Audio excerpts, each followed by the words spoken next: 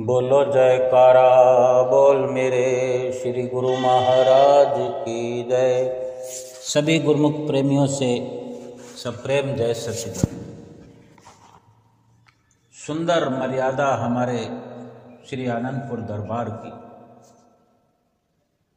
जो एक एक दृश्य, एक एक अलौकिक नजारा त्रिलोकी से भी है प्यारा,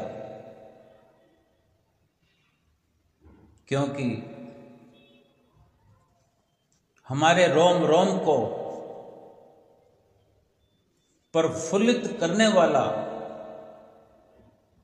दरबार का हर एक जयकारा तीनों लोक से न्यारा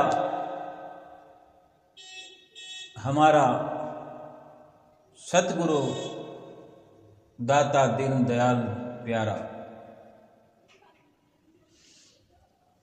किस प्रकार से महिमा शुरू करें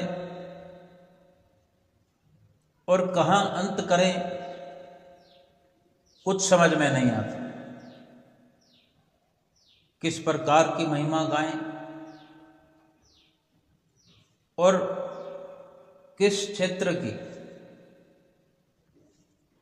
वहाँ की वनस्पतियों की, वहाँ की हरियाली की महिमा गाएं, वहाँ के मौसम की महिमा या गुणानुवाद गाएं, वहाँ के प्रसाद, वहाँ के लंगर, वहाँ का जो रहन सहन, वहाँ पर कमरों में रहने की सुविधा के, चाहे गीत गाने हो, सब के सब अलौकिकता से भरपूर है। आज जिस तरह श्री दर्शन खुले, भजन बोलने की शुरुआत लगभग 20 मिनट पहले ही शुरू कर दी जाती है। आजकल 5 बजे से 20 मिनट पहले ही भजन बोलना शुरू कर दिए जाते हैं कि गुरुमुख प्रेमी जो हैं, एक से बढ़कर एक, कोई पंजाब से आ रहा है, कोई हरियाणा से आ रहा है, कोई जम्मू से आ रहा है, हिमाचल से, कोई राजस्थान से आ रहा है, कोई महाराष्ट्र का है, कोई हैदराबाद का है, कोई लंदन कनाडा में जो रहते हुए गुरुमुख प्रेमी है वहाँ से आ रहे हैं भजन बोलने के लिए लालायित। बेशक सभी गुरुमुख प्रेमी कुटिया पर, सत्संग भवन में, अपने अपने शहर में ये भजन बोलने का सौभाग्य प्राप्त करते हैं, लेकिन श्री दरबार में आकर वो अधिक से अधिक संगत के सन्मुख भी अपनी ये जो अवसर श्री गुरु महाराज जी ने प्रदान किया हुआ है सबको, इसमें भी अपनी सौभाग्यशालिता का योगदान देते हुए और खुशियों से अपने दामन को भर लेने के लिए लालायित देखे जाते हैं भजन बोलने के लिए। और वहाँ एक कतार सी बन जाती है, 15 से 20 गुरुमुख प्रेमी वहाँ बैठे हुए अपनी बारी का इंतजार करते हैं। सो श्री गुरु महाराज जी के सिंहासन पर विराजमान होने से पहले ही 5-6 भजन बुल जाते हैं, क्योंकि 5 बजे से कुछ 5-7 मिनट की देरी पर ही श्री गुरु महाराज जी आके सिंहासन पर विराजमान होते हैं। कहाँ कहाँ से, दूर से तो संगत आती ही है, अपने अपने शहरों से लंबा सफ़र करके, आसपास से भी कोई बाई रोड चले आते हैं, उल्लासनगर से, कल्याण से, उरली से, पूना से और नगर से, येवत से, येवला से, और भी बहुत से नाम हैं। बम्बई से भी चले आते हैं, दादर से भी, और कितने नाम हैं याद भी नहीं है हम। इसलिए मैं ये मानता हूँ कि श्री गुरु महाराज जी की किस नज़रिए से, किस एंगल से महिमा का गान करें, कहाँ से शुरू करें, कहाँ अंत करें, कुछ समझ में नहीं आता, समझ से परे है। क्योंकि ये रचना और ये लीला हमारे श्री परमहंस अवतार श्री परमहंसों की रचाई हुई है और नित्य प्रति हाजिर हजूर हमारी आंखों के सामने छठी पातशाही गुरु महाराज जी नित्य नए नज़ारों से हमें भरपूर कर रहे हैं। गुरुमुख प्रेमी अपने आसपास से कहीं से भी चलते हैं, चाहे 100 किलोमीटर का एरिया हो, 200 किलोमीटर का एरिया हो, 50 किलोमीटर का एरिया हो, अपने हिसाब से चलते हैं तो रास्ते का ट्रैफिक जब जब जाम होता है, अगर पूना की भी बात करें तो पूना से 30 किलोमीटर का फासला श्री प्रयाग धाम और पूना का है, 30-35 किलोमीटर का। रास्ते में ट्रैफिक की वजह से जब भी उनकी गाड़ी रुकती है, चाहे अपनी स्वयं की गाड़ी हो या टैक्सी बुकिंग हो, रुकने पर तुरंत ख्याल आता है दर्शन हाल का। क्योंकि एक वो लिमिट समय को लेकर चलते हैं, लगभग 2 घंटे पहले चलते हैं कि वो श्री दरबार में आराम से पहुंचकर थोड़ा इधर उधर अपने आप को तरोताज़ा करते हुए, चाय पीने की भी इच्छा होती है, चाहे कैंटीन में चले जाएं, चाहे घर वाली कैंटीन में भी चाय मिल जाती है। देखो श्री गुरु महाराज जी ने व्यवस्था कर रखी है कि 4 बजे राइट फिक्स 4 बजे बड़ी बड़ी केतलियाँ चाय की भर के रख देते हैं, एक मीठी चाय, एक फीकी चाय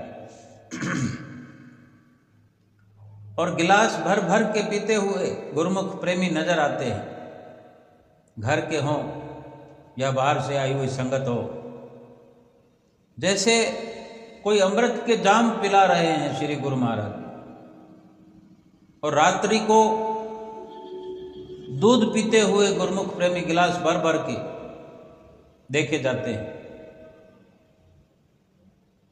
इसीलिए ही ये कहना पड़ता है कि महिमा को कहाँ से शुरू करें, किस क्षेत्र की महिमा करें, खाने पीने की करें, रहने की करें, दर्शनों की करें, सत्संग की करें, नहाने धोने की करें, कमरों में रहने की करें।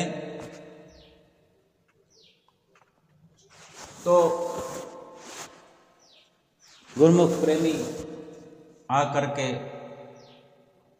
चाहते हैं कि 4 बजे पहुंच जाएं, कोई इस हिसाब से आते हैं कि 4:30 तो पहुंच ही जाएं। एक नपा तुला हुआ समय लेकर के प्रस्थान करते हैं क्योंकि हर इंसान जो है संसार के कार्य व्यवहार में व्यस्त है। व्यस्ततम समय से अपना समय निकाल करके जब सड़क पर बाई रोड चल रहे होते हैं, कोई स्कूटी पर आने वाले हैं, कोई मोटरसाइकिल बाइक पर आने वाले हैं, कोई 4 व्हीलर, कोई 3 व्हीलर जब ट्रैफिक की वजह से गाड़ी रुकती है उनकी, थोड़ा सा भी जाम लग जाए, दिखाई दे कि जाम लग गया है, तो जान निकलने लगती है, कलेजा मुंह को आने लगता है कि कहीं दर्शन खुल ना जाए, हम रह ना जाएं। हुक्मनामा सुनने से वंचित न हो जाए कहीं।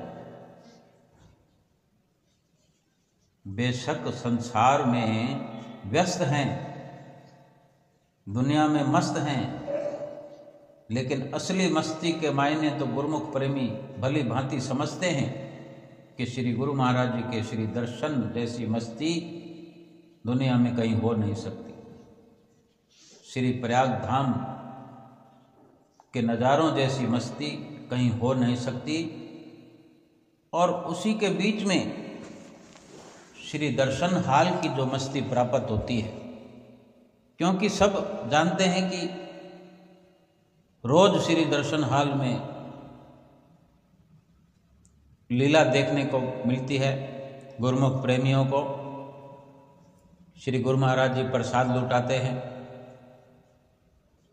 जाने कब से ये सिलसिला चलता है। तीसरी पातशाही गुरु महाराज जी के समय जो गुरुमुख प्रेमी दर्शन किया करते थे, तब अनोखी लीलाएं देखने को मिलती थी। मोती बाग श्री आनंदपुर में उस वक़्त नवनिर्मित ये बाग, आज बाग को पार्क कहा जाता है, तब मोती बाग के नाम से मशहूर था। तीसरी पातशाही गुरु महाराज जी सीधे पेड़ों से फलों के लटकते हुए गुच्छे टहनियों से डायरेक्ट तोड़ करके गुरुमुख प्रेमियों को लुटाते थे, जब कोई खास भीड़ नहीं होती थी। और ये रोज का लगभग श्री तृतीय पातशाही गुरु महाराज जी का ये लीला करने का अंदाज गुरुमुख प्रेमियों को निहाल करने वाला होता था। जिन्होंने दर्शन किए हैं वे बेशक आज भी याद करते हुए उन लीलाओं को देखे जाते हैं। और जब कोई बात ऐसी चल जाती है तो वो उन लीलाओं का जिक्र करते हुए अपने संपर्क में आने वालों को सराबोर कर देते हैं, लीलाएं सुना करके। श्री गुरु महाराज जी की जो सबको कृतार्थ करने वाली शैली, एक प्रकार से उनका स्वभाव, उनकी नज़दीकी का असर, उससे सबको अवगत कराने में उनको मज़ा आता है कि वो सब कुछ भूल भाल करके वो बुजुर्ग आज सुनाते हैं। और इसी प्रकार सुनने वाले भी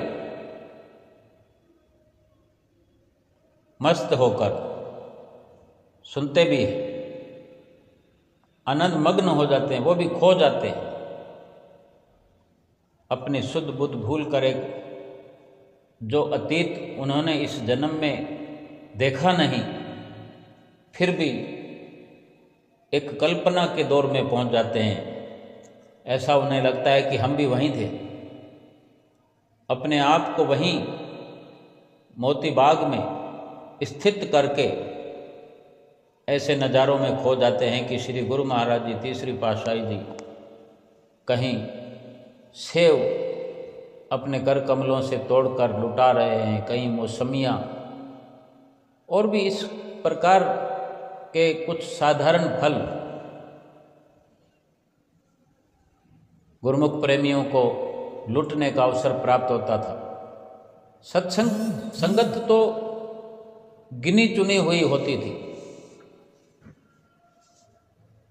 और कई बार मौज वश तीसरी पातशाही गुरु महाराज जी पलंग पर विराजमान, और पलंग को गुरुमुख प्रेमी उठाए हुए, 4 गुरुमुख प्रेमी पलंग को ज्यों का त्यों उठा लेते थे और पलंग के ऊपर विराजमान, और पेड़ों के ऊपर जो ऊपर डालियों में फल लगे होते थे, श्री गुरु महाराज जी श्री तीसरी पातशाही जी उन फलों को तोड़ करके एक फल तोड़ते और लुटा देते, कभी फल इधर जा रहा है, कभी फल उधर जा रहा है। और वही नज़ारे आज छठी पातशाही गुरु महाराज जी, पंचम पातशाही गुरु महाराज जी के समय में भी हमने देखे। ये नज़ारा तो अधिकतम संगत ने, गुरुमुख प्रेमियों ने, जो पंचम पातशाही गुरु महाराज जी के साथ हम फले फूले बड़े हुए, बहुत ही मन चित्त लगाकर हमने पंचम पातशाही गुरु महाराज जी के समय में भरपूर आनंद प्राप्त किया। और अब हजूर छठे पातशाही गुरु महाराज जी उन्हीं अलौकिक नज़ारों को अपने अंदाज में गुरुमुख प्रेमियों को नित्य प्रति दिखाते हुए लीला का एक सुंदर आकर्षित समा बांध देते हैं। जब श्री दर्शन हाल में इस प्रकार श्री गुरु महाराज जी मौज में आते हैं और गुरुमुख प्रेमी जो भजन बोलने वाले लीला के सुंदर सुंदर भजन बोलते हैं, दर्शन हाल को गुंजा देते हैं। क्योंकि उस वक़्त केवल हल्ला गुल्ला, नचना टपना, लुटना लुटाना सब चरम सीमा पर हो जाता है। सबके चेहरों पर मुस्कान, कोई खिलखिलाकर हंसते हुए, कोई मधुर मुस्कान के साथ बटोरते हुए आनंद और अपने भीतर उन नज़ारों को भरते हुए अपने जीवन का एक एक पल स्वर्णिम पलों में जी रहे होते हैं। ऐसा लगता है कि जीवन तो बस यही है। और फिर वहाँ का सत्संग आज भी फिर जो सत्संग हुआ, गुरुमुख प्रेमी पहुंच जाते हैं। जो रास्तों में थोड़ी देर होती है किन्हीं को तो बड़ा दुख होता है, यानी उनका ध्यान जो है, चाहे वो अपनी बाइक पर सफ़र कर रहे हैं, स्कूटी पर सफ़र कर रहे हैं, कार में सफ़र कर रहे हैं, ध्यान दर्शन हाल में लगा हुआ। क्योंकि फिर दर्शन हाल के नज़ारे, फिर श्री आरती पूजा का सुंदर लाभ प्राप्त करना और फिर वहाँ लंगर में खाना खा के अपने घरों की ओर चलना, या फिर रात को वहीं रुकना, या 2 दिन का लाभ उठाना। कोई शनिवार को आते हैं तो फिर इतवार के बाद या सोमवार की सुबह चल पड़ते हैं श्री आरती पूजा के दर्शन करके अपने घरों को, कोई 1 घंटे में तो कोई 2 घंटे में, कोई 3 घंटे में। इस प्रकार से उनको लाभ प्राप्त होता रहता है। लेकिन दर्शनों के मतवाले प्रेमी अपने सतगुरु का दर्शन पा करके मस्त होते हुए, और जो सत्संग सुनते हैं दर्शन हाल में कि किस प्रकार वर्णन सत्संग में होता है, श्री गुरु महाराज जी भी सिंहासन को ऊंचा करके विराजमान हुए, सबको खुले दर्शनों से आशीर्वाद प्रदान करते हुए, सत्संग के बीच में जयकारे बोलते हुए, फिर गुरुमुख प्रेमी आशीर्वाद प्राप्त करते हुए वो समा भुलाए नहीं भूलता। सत्संग सुनकर कितने ही प्रेमी लाभ आज तक उठाते रहे हैं, उठा रहे हैं और रहती दुनिया तक उठाते रहे। आज भी क्या सत्संग जो सुना, जो सत्संग हुआ, आओ सभी हम सुनते हैं।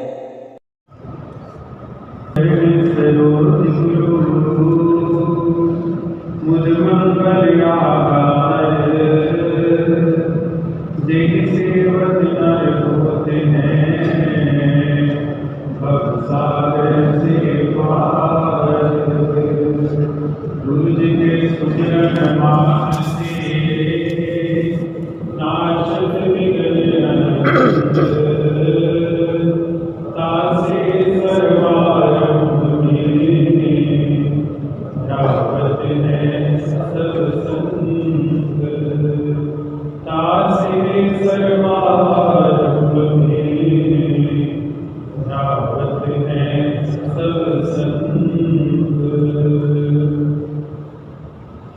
प्रकार दिव्य श्री सिंहासन दिव्य शोभित श्री श्री 108 श्री हजूर सदगुरुदेव दाता दीनदयाल महाराज जी का सुंदर मंगलमय दर्शन दीदार करते हुए प्रेम भरे स्वर में मिलकर बोलो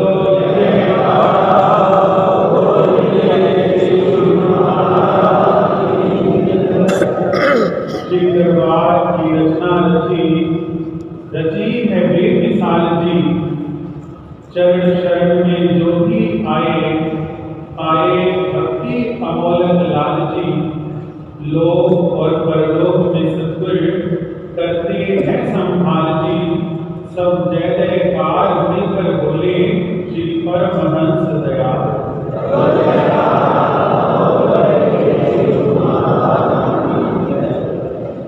ये हमारा स्वर्णिम सौभाग्य है कि इस घोर कलिकाल में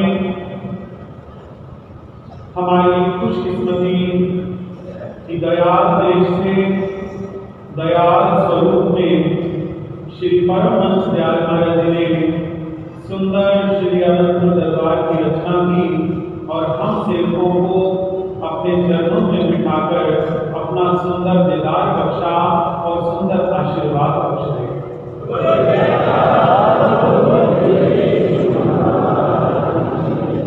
सद्गुरु दयाल स्वरूप होते हैं और अपनी रहमत नजर से अपने सेवकों को कृतार्थ करते हैं। नानक नदरी नदर नहीं महाराज जी वाणी के अंदर फरमाते हैं कि सद्गुरु अपनी नजरों से ही निहाल कर देते हैं और सेवक के जन्म और जन्म के 84 लाख योनियों में बंधन काट देते हैं। तृतीय गुरु श्री गुरु अमरदास महाराज जी इलाही वाणी के अंदर वर्णन करते हैं सतगुरु होए दयाल अश्रद्धा पूगे। सतगुरु होए दयाल अकब दूरिए।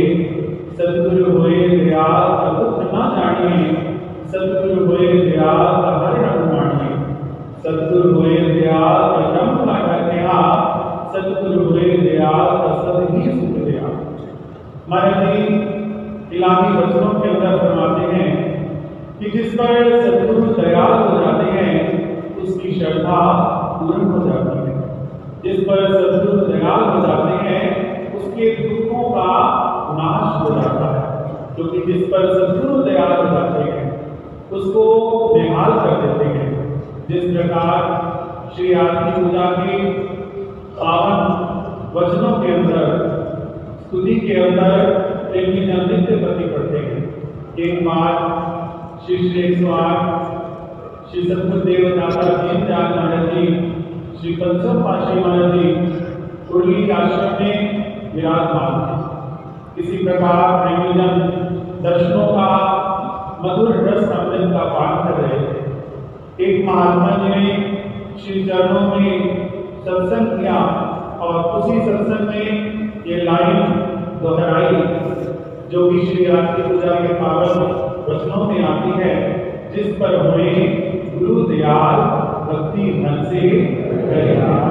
जो ही ये लाइन आई एकदम श्री सतगुरुदेव महाराज ने अपने पावन दोनों कर कदमों को उठाते हुए शुभ आशीर्वाद देते हुए फरमाया कि आज हम सब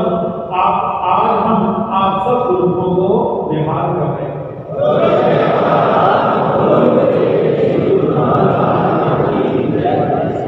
चलो श्री गुरु रामदास महाराज जी के पावन समय के बाद श्री हरमंदिर साहिब का निर्माण कार्य चल रहा था। सेवा कार्य भी चल रहा था, निर्माण कार्य भी चल रहा था। शाम के समय एक तरफ श्री सतगुरुदेव महाराज जी इलाही रहमतों का अतुलनीय भंडार खोलकर विराजमान होते और श्री आज्ञा से एक और बाबा बुढ़ा जी मजदूरों को मजदूरी दिया करते। एक लाइन मजदूरों की होती, एक लाइन सेवादारों की होती। मजदूर मजदूरी लिया करते और सेवादार श्री गुरु महाराज जी के पावन चरणों में सिर झुकाकर आशीर्वाद पाते। श्री गुरु महाराज जी के कर कमलों से प्रसाद पाते। श्री गुरु महाराज जी का अनुपम प्यार दुआ पाते। रोज ये सिलसिला चलता था। एक दिन एक मजदूर जिसका नाम नूर था। उसके मन में ना जाने क्या भाव आया कि रोज मजदूरी मिलती है, मगर मजदूरी से ना तृप्ति होती है, ना पूर्ति होती है और चेहरे पे खुशी भी नहीं होती। और ये जो सेवादार सेवा करते हैं, इनको पैसा भी कोई नहीं मिलता, इनको कोई दाम भी नहीं मिलते, ये सेवा भी पूरी करते हैं, मगर इनके चेहरे पर खुशी होती है। आज मैं भी मजदूरी नहीं दूंगा और आज सेवादारों वाली लाइन में लग जाऊंगा। तो वो मजदूरों की लाइन से हटकर सेवादारों वाली लाइन में लग गए। जब श्री गुरु महाराज के सन्मुख पहुंचा तो गट की पटपट की गाना भले भले की वीर प्रसाद। श्री सतगुरुदेव महाराज जी मुस्कुराकर फरमाते हैं, नूर तू तो मजदूरी करता है और ये तो गुरुओं वाली लाइन है। तो नूर ने श्री चरणों में प्रणाम अर्ज करते हुए कहा, महाराज जी आपके सेवकों के चेहरे पर भी नूर होता है, उनकी झोली में भी भरपूर होता है, उनकी आंखों में भी सरूर होता है। तो ये देखकर मैंने अपने दिल में आज सोचा है, आज मैं मजदूरी नहीं लूंगा, जो नूर सरूर और भरपूर आप अपने सेवकों को बख्शते हैं, कृपा करके आज मुझे भी बख्श दीजिए।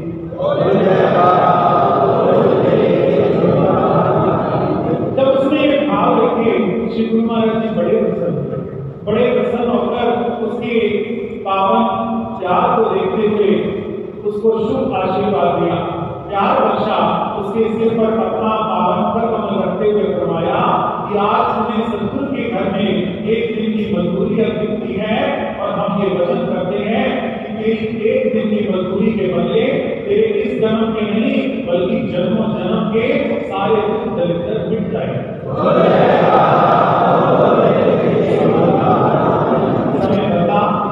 बादशाह श्री गुरु गोविंद सिंह महाराज जी विराजमान है। बादशाह जबर जिसका राजपाट छिन गया, वो श्री गुरु महाराज जी के चरणों में, श्री गुरु गोविंद सिंह महाराज जी के चरणों में आया। दसम पातशाह के चरणों में राज की विधि की श्री गुरु महाराज जी ने कृपा करके राजपाट दिया। जब राजपाट मिला तो धन्यवाद करने आज्ञा में श्री गुरु गोविंद सिंह महाराज जी के चरणों में पहुंचा, धन्यवाद किया बेगम सहित और जुनी मत्था टेका। श्री गुरु महाराज जी मुस्कुरा दिया।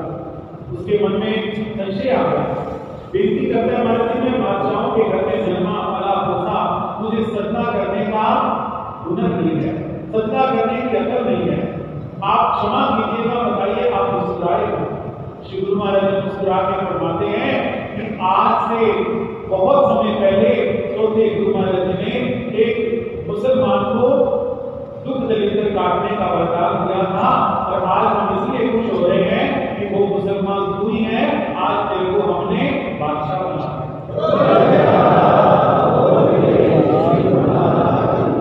इस पे सतगुरु दयाल होते हैं, उसको संसार की खुशियां भी बख्शते हैं, लोक परलोक की खुशियां भी बख्शते हैं। श्री सतगुरुदेव महाराज जी, हमारे श्री हजूर महाराज जी पिछले दिनों ऑस्ट्रेलिया में सिडनी में विराजमान थे। कुछ प्रेमी श्री चरणों में आए, आकर उन्होंने अपने दुखों कष्टों की अर्ज की। वो भगत जी हैंडीकैप थे, व्हीलचेयर पर थे। महाराज ने इलाही वचनों में फरमाया कि आप भजन किया करो, श्री दरबार के नियमों का पालन किया करो। उसने विनती की, स्वामी जी कितनी कृपा करो कि मैं खड़े होकर आरती करूं। व्हीलचेयर में था। श्री गुरु महाराज जी ने अपने पावन कर कमल आगे बढ़ाकर फरमाए, हमारा हाथ पकड़ लो तो खड़े हो जाओ। उसने श्री गुरु महाराज जी का हाथ पकड़ा, खड़ा हो गया, व्हीलचेयर पर आया था और जब वो गया तो अपने पैरों से चल कर गया।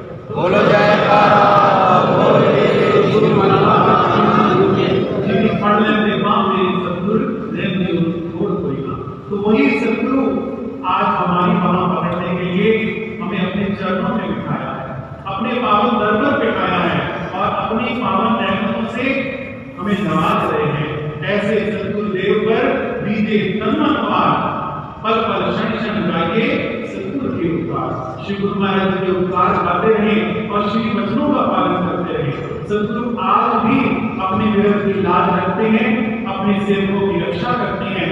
जरूरत है हम सेवक अपने श्री गुरु महाराज के चरणों से जुड़े, श्री गुरु महाराज जी का आशीर्वाद पाएं और सदैव शुक्राना करें। इस प्रकार प्रेमी के हृदय का भाव, भाग्यशाली हूं मैं बड़ा, सर पे तेरा साया है,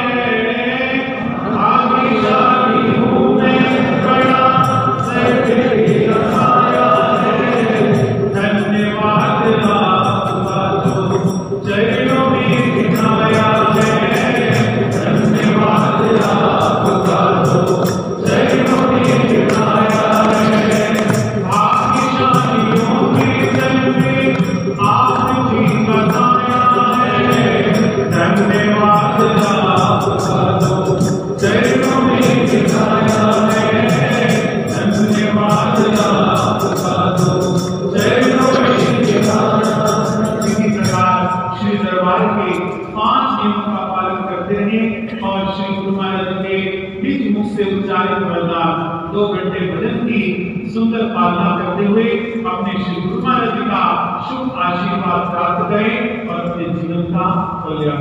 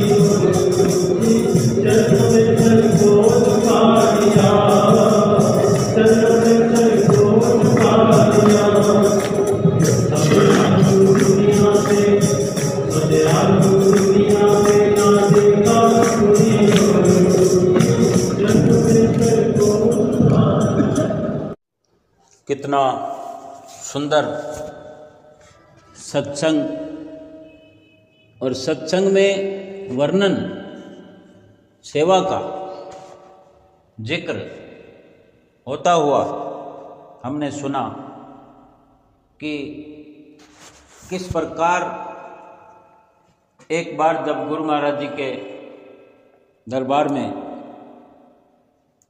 जो सेवा का सिलसिला चलता है, तो ये तो बहुत पुरानी बात है कि पगार लेने का जब समय होता है, जब छुट्टी करने का समय होता है, तो बहुत पहले रोज के रोज दिहाड़ी मजदूर अपनी दिहाड़ी लिया करते थे। तो जो गुरमुख प्रेमी होते थे उनकी भी लाइन लगती थी और जो दिहाड़ी मजदूर होते थे उनकी भी लाइन लगती थी। दिहाड़ी मजदूरों को दिहाड़ी दिया करते थे और जो गुरमुख प्रेमी हैं उनकी भी सेवा से छुट्टी हो जाती थी। वो गुरु महाराज जी से प्रसाद प्राप्त किया करते थे, आशीर्वाद प्राप्त किया करते थे। एक गुरमुख प्रेमी जो कि मजदूर था, दिहाड़ी गुरमुख बना नहीं था, रोज़ दिहाड़ी लेने वाली लाइन में होता था, लेकिन एक विचार उसके मन में आया, जैसा कि सत्संग सभी ने सुना, कि हम रोज़ दिहाड़ी लेते हैं, काम करने के पैसे लेते हैं, लेकिन जीवन में कुछ आनंद नहीं है। लेकिन ये लोग जो रोज बिना दिहाड़ी के काम करते हैं, जिसको सेवा कहते हैं, सेवा करते हैं ये, और इनके चेहरे पर जब भी देखते हैं मुस्कान होती है, ये चेहरे इनके लालम लाल होते हैं, तन मन से खुशहाल होते हैं। ऐसा क्या है?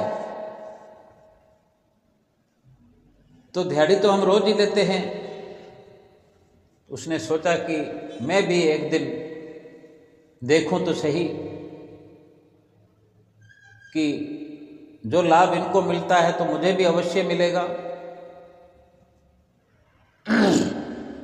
तो दूसरे दिन जब सेवा वहाँ दिहाड़ी मजदूर वो काम करता रहा और शाम को जब पगार लेने का, वो दिहाड़ी लेने का वक्त हुआ, काम खत्म हुआ, तो भक्तों की लाइन में, गुरुमुखों की लाइन में लग गया। अब गुरु महाराज जी तो आप अंतर्यामी परमेश्वर हैं, वैसे भी सबकी पहचान रखते हैं और अंतर्यामी हैं, अंतर मन की भी सबके जानने वाले होते हैं। जब उसका प्रेमी का नंबर आया तो श्री गुरु महाराज ने पूछा, भाई तू तो दिहाड़ी लेने वाला, आज दिहाड़ी क्यों नहीं लेता? तो उसने अपनी बताई, जैसा कि हमने सुना सत्संग में।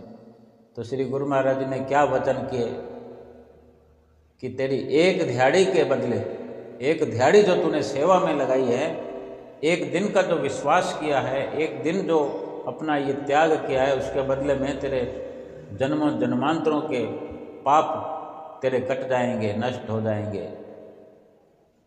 कितना सुंदर वरदान गुरु महाराज जी ने दिया। और अब ये हमने ये समझना है कि देखो, जो गुरुमुख प्रेमी आप जैसे सेवा की भावना रखते हैं, सेवा के सुंदर विचार रखते हैं, कई कई दिन सेवा करते हैं, 2-2 महीने सेवा करते हैं, 1 महीना सेवा करते हैं, हर त्योहार पर सेवा करते हैं, कोई लंगर खिला रहा है, कोई बर्तनों को धोने की सेवा कर रहा है, कोई झाड़ू भी लगाने की सेवा करते होंगे, कोई पत्थर उठाने की सेवा करते होंगे, कोई पेड़ काटने की सेवा करते होंगे, कोई कुटिया पर, कोई सत्संग भवन में, आश्रम में सेवा करते होंगे। तो सोचो उसका कितना लाभ हम प्राप्त कर रहे हैं। हमारे जहन में, दिमाग में यही होना चाहिए कि जो हम सेवा कर रहे हैं तो उसको किस प्रकार से बढ़ाया जाए। कि अगर हम तीसरी पातशाही गुरु महाराज जी के समय के हों, चौथी पातशाही गुरु महाराज जी के समय हों, लेकिन पंचम पातशाही गुरु महाराज जी के तो हम लगभग सभी के सब हैं। या यूं समझ लेते हैं कि अगर हम 20 साल से लगे हुए हैं, 20 साल की उम्र में लगे थे और 20 साल हो गए, आज 40 साल की उम्र है, तो हमने कोई ऐसे शुरुआत की है कि हम 1 सप्ताह के लिए आते हैं। और अगर वही 1 सप्ताह लगातार चल रहा है, आज भी उसी 1 सप्ताह पर टिके हुए हैं, बेशक वो सब कुछ फलेगा फूलेगा, लेकिन हमें चाहिए तो यही कि हम उस 1 सप्ताह को बढ़ा करके, बढ़ाते बढ़ाते आज 2 महीने कर दिए होते, 3 महीने कर दिए होते। हमने ये तो देखा ही है कि जब हम उसी फिक्स टाइम पर अटल हैं, अगर हमारे जीवन में कोई नुकसान हमें नज़र आता सेवा करने का, फिर तो हम कब के छोड़ दिए होते। लेकिन ये भली भांति हम जानते हैं कि हमें लाभ ही हो रहा है, तो फिर उस लाभ को बढ़ाया जा सकता है। कौन नहीं चाहता कि हम अपने लाभ को बढ़ाएं। श्री गुरु महाराज जी हर संभव प्रयास करके हमारे जीवन में लाभ को बढ़ाना चाहते हैं, लेकिन हम अपने संकल्प को बढ़ाएंगे नहीं तो लाभ बढ़ेगा कैसे। हम अगर उसी लाइन पर खड़े रहेंगे तो आगे पहुंचेंगे कैसे, जबकि हमें ये अवसर जो है, ये स्वर्णिम अवसर मिला हुआ है, बहुत ही भाग्यशाली अवसर है। ये अपने आप में हमें विचार करना है कि हम आगे कैसे बढ़ें भक्ति में, किस प्रकार से हम भक्ति की खेती को लहलहाता हुआ इसी जीवन में देखें। जब भक्ति करने में या सेवा करने में हद कर देंगे तो सतगुरु जी हमारे यमराज का खाता रद्द कर देंगे।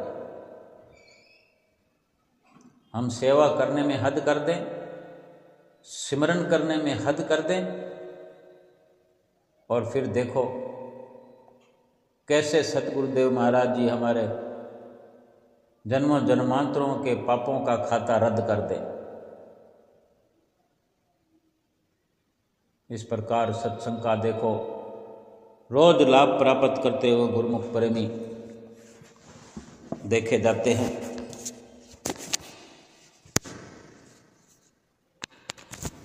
और